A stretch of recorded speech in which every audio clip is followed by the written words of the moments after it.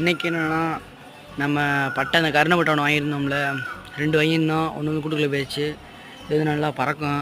நல்லா பக்கத்து வீட்டு ஓட்டு மேலே நிற்கிது, என்னன்னு தெரில.